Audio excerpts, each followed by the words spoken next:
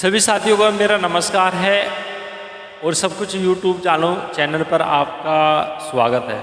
तो GST council आम आदमी को मिलेगा दीपावली गिफ्ट, सितंबर में हो सकती है जीएसटी काउंसिलिंग की मीटिंग।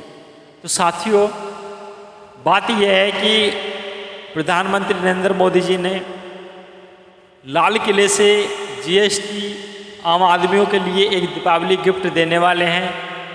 तो इसी पे जानते हैं, आइए साथियों, कि क्या है जीएसटी काउंसिल। 8 साल पुराने जीएसटी में बड़े बदलाव की तैयारी की योजना बन रही है और प्रधानमंत्री नरेंद्र मोदी ने खुद लाल किले के प्राचीर से इसकी घोषणा की है। माना जाता है कि इससे रोज़मर्रा की जो चीज़ें हैं कीमत में काफ़ी कमी आएगी। तो साथियों, हमारा मानना यह है कि जीएसटी ठीक है, इससे देश की इकोनॉमी और आर्थिक अर्थव्यवस्था काफ़ी बेहतर रहेगी, पर लेकिन जीएसटी जो है जाएगा आम आदमी की जेब से ही।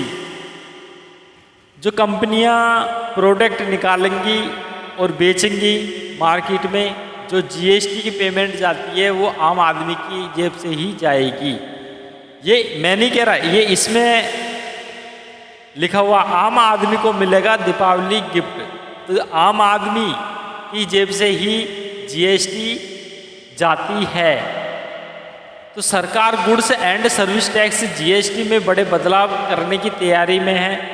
प्रधानमंत्री नरेंद्र मोदी ने 15 अगस्त को स्वतंत्रता दिवस के मौके पर लाल किले की प्राचीर से इसकी घोषणा की है। उन्होंने कहा है कि सरकार दीपावली पर जीएसटी में बड़े रिफॉर्म लेकर आ रही है, इससे रोज़मर्रा की वस्तुओं पर टैक्स कम हो जाएगा।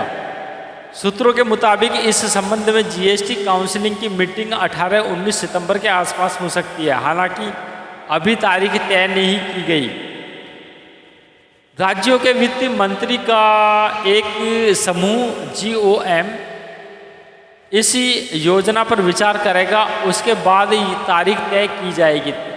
जीओएम की मीटिंग गुरुवार को होने वाली है। माना जाता है कि कांग्रेस टैक्स कम करने के विचार के खिलाफ नहीं है, लेकिन इसका क्रेडिट लेने चाहती है। जीएसटी में 12% और 28% के टैक्स स्लैब को हटाने की बात हो रही है। तो उम्मीद है कि इससे ग्राहकों पर टैक्स का बोझ कम होगा।